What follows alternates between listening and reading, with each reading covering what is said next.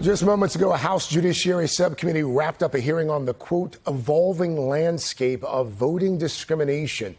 And the hearing comes as Republican-led state houses from Georgia to Arizona are pushing through bills that opponents say restrict voting.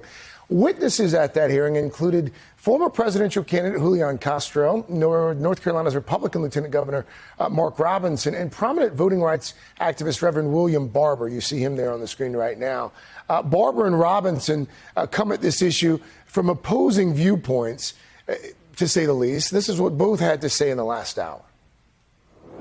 This is not just about an ID. It's about strict photo ID that will say, for instance, a gun ID is valid, but an ID from a college or a university is not. And even when you claim it's free, we have a restriction. You cannot make someone have to spend a pack of money, even gas money, new form of a poll tax to try to make someone have to go get something that's not needed. I can't express to you how insulting this is.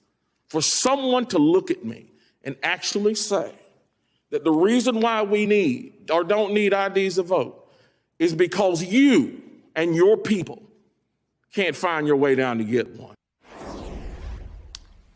NBC Capitol Hill correspondent Leigh Caldwell keeping an eye on that hearing. Also with us, Jane Tim, NBC's Jane Tim. She's been closely following these voting measures across the country for some time now. Leigh, let me start with you. In that hearing that just wrapped up a few moments ago, looks like there were a few fireworks there. What stood out to you?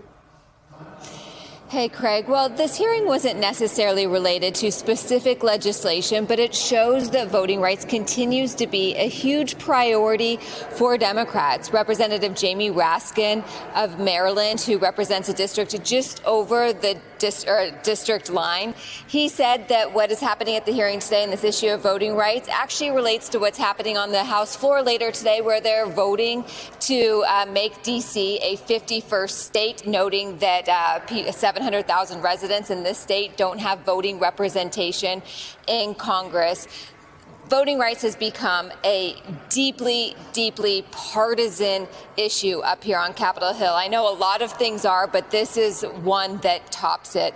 The House has voted on H.R. 1, a sweeping voting rights reform legislation that is stalled in the Senate.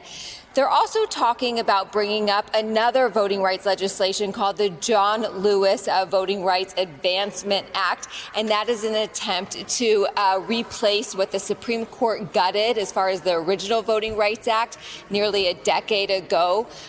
But, Craig, this issue is not going away as we're seeing this partisan fight not only in Congress but throughout the country on this issue. Yeah, in many state houses. Jane, I want to turn to your reporting on some of these new voting restrictions that are close to becoming law in Arizona specifically. Where do things stand with the bill there? What would that bill mean if it's signed into law?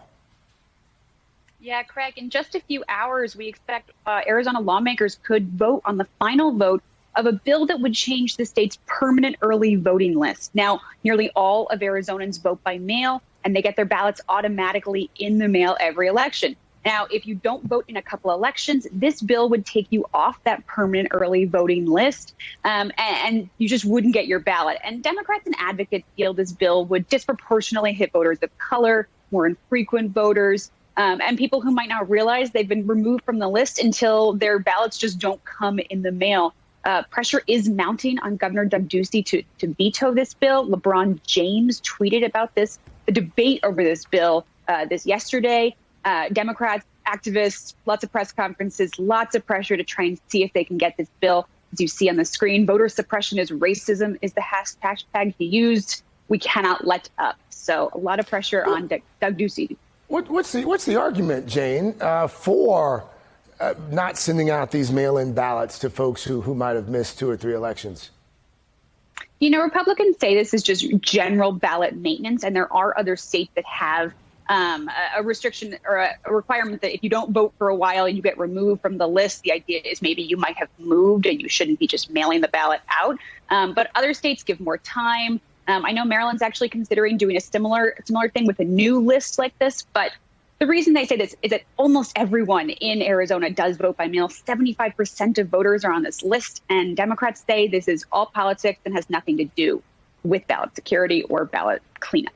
Leigh, while I have Hey, thanks for watching our YouTube channel. You should know that you can follow today's top stories and breaking news and catch up on your favorite MSNBC shows all in one place.